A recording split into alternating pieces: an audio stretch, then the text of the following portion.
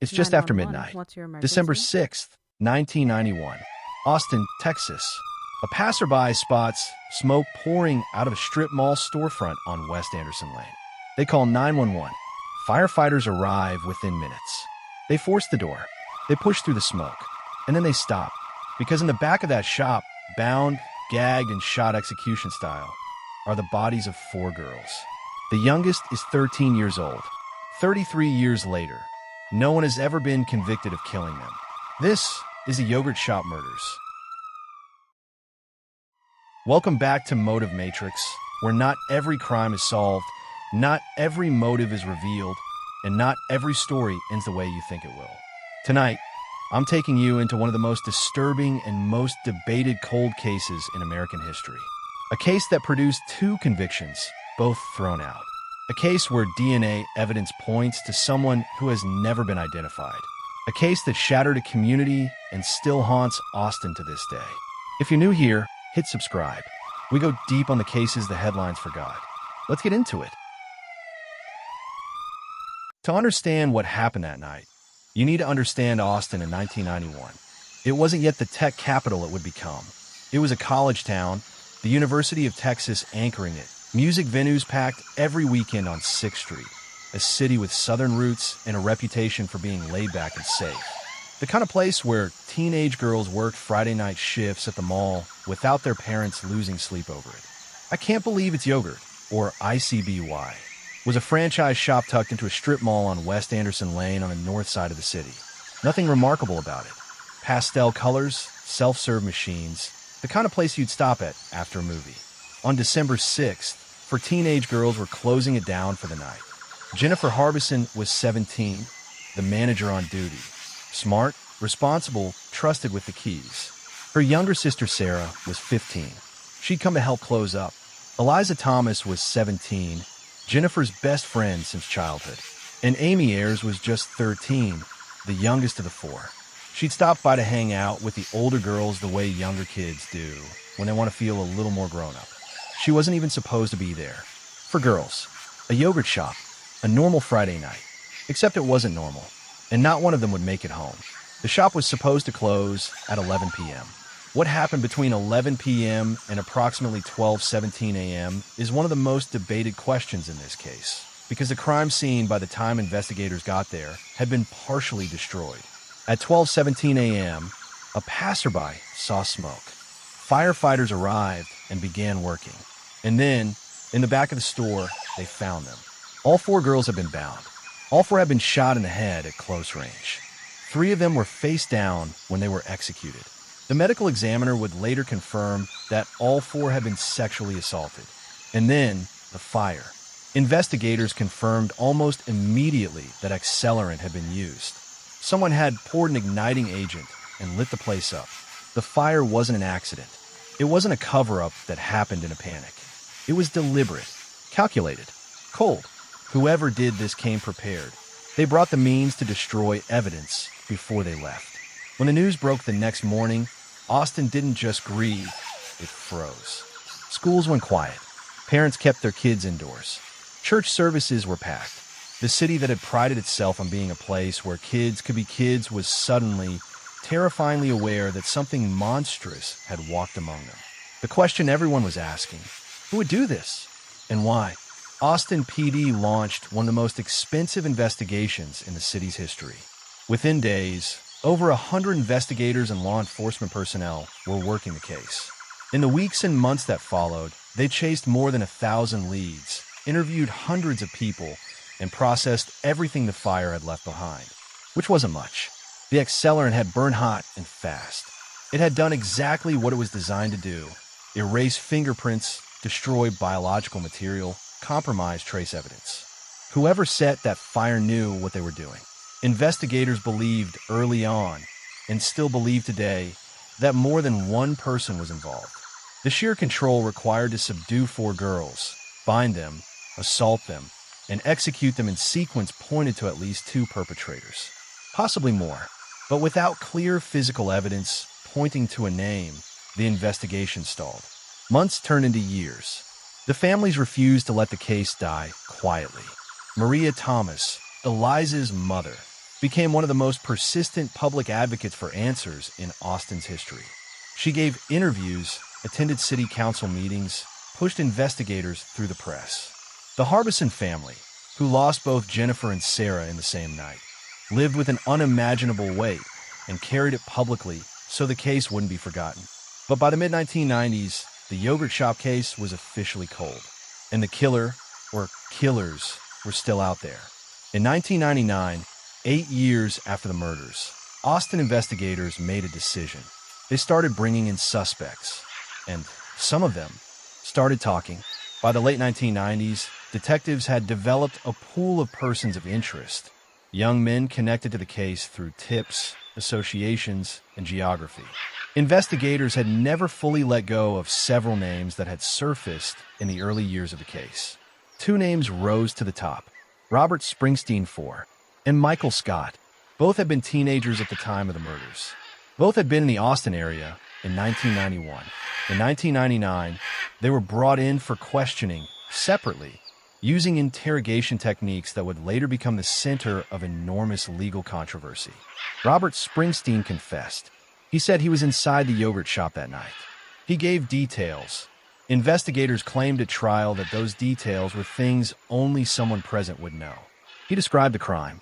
He implicated Michael Scott. He also named 2 other young men, Maurice Pierce and Forrest Wellborn. When Michael Scott was brought in separately, he also confessed. Austin exhaled.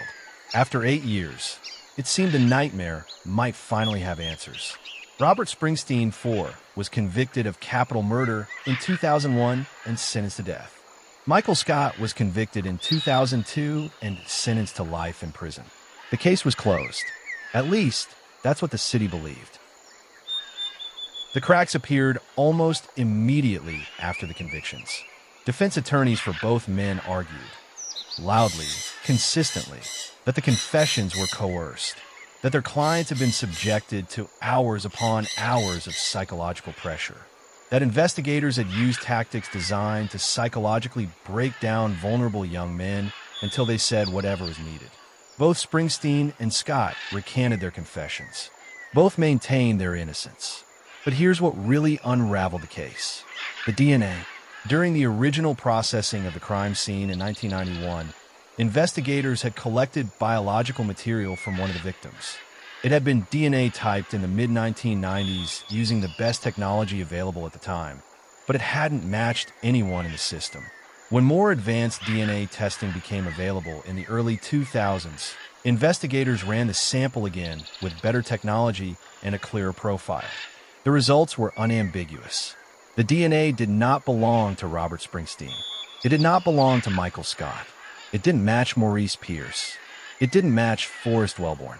It belonged to an unknown male, someone whose DNA is not in any law enforcement database. An unknown profile, a ghost. In 2009, the Texas Court of Criminal Appeals reversed Springsteen's conviction. The grounds were constitutional. Prosecutors had used Scott's confession against Springsteen without allowing cross-examination, a violation of the Confrontation Clause established by the U.S. Supreme Court in Crawford v. Washington. With the legal foundation crumbling, prosecutors dropped the charges against both men entirely. Robert Springsteen and Michael Scott walked out of prison as free men. And the yogurt shop case, officially, legally, permanently, was unsolved. If you're watching this and you've got a theory, or if you know more about this case than you're letting on, drop it in the comments. I read every single one. And if you want to keep going down this rabbit hole, stay subscribed to Motive Matrix. We cover the cases where the motive is never quite what it seems. All right, back to Austin.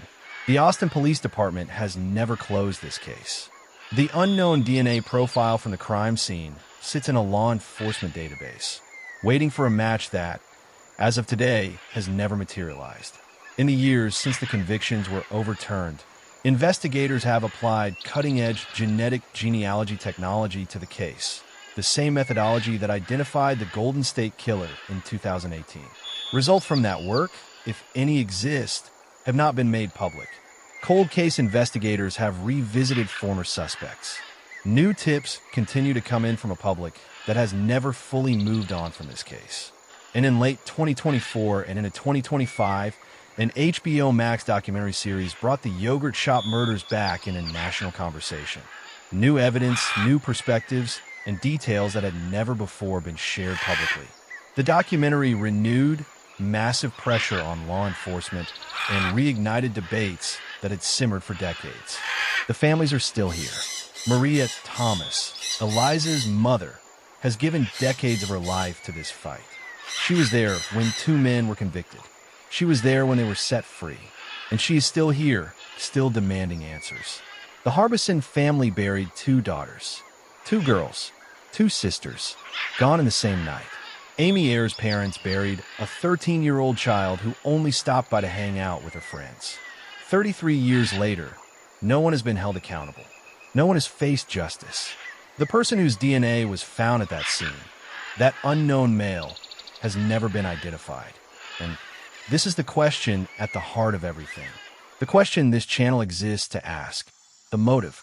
Because if you understand the motive, you understand the killer. And if you understand the killer, you find a name. Robbery? The register had some cash missing, but not much. The shop wasn't a target that made robbery worth this level of violence and planning. Personal? Did someone target one of these four girls specifically? Investigators explored this angle extensively in the early years of the case. Nothing solid ever surfaced publicly. Opportunistic predation? Did two or more predators see four girls alone at closing time and act on impulse? But here's the problem with the opportunistic theory: the fire. Opportunistic killers don't bring accelerant. They don't plan their evidence destruction in advance. The fire tells us that whoever did this knew they were going to do it before they walked through that door. This was premeditated. This was planned. Someone chose that shop, those girls, that night, and they have spent 33 years living with what they did. While four families have spent 33 years living without their daughters, their sisters, their friends. The motive is out there. It exists in someone's memory, in someone's confession they've never given, in the DNA profile of a person who has never been caught. And it remains, like so many things in this case, hidden in the dark. Jennifer Harbison, 17 years old. Sarah Harbison, 15 years old. Eliza Thomas, 17 years old. Amy Ayers, 13 years old. Remember their names. If you have any information about the yogurt shop murders, no matter how small it seems, the Austin Police Department Cold Case Unit is still actively working this investigation. Tips can be made anonymously. If you made it to the end of this video, I want to know your theory. What do you think happened in that shop? What was the motive? Who do you think is responsible? Drop it in the comments. Let's talk. Subscribe to Motive Matrix. New investigations every week. Because not every crime is solved. Not every motive is revealed. But we're going to keep looking.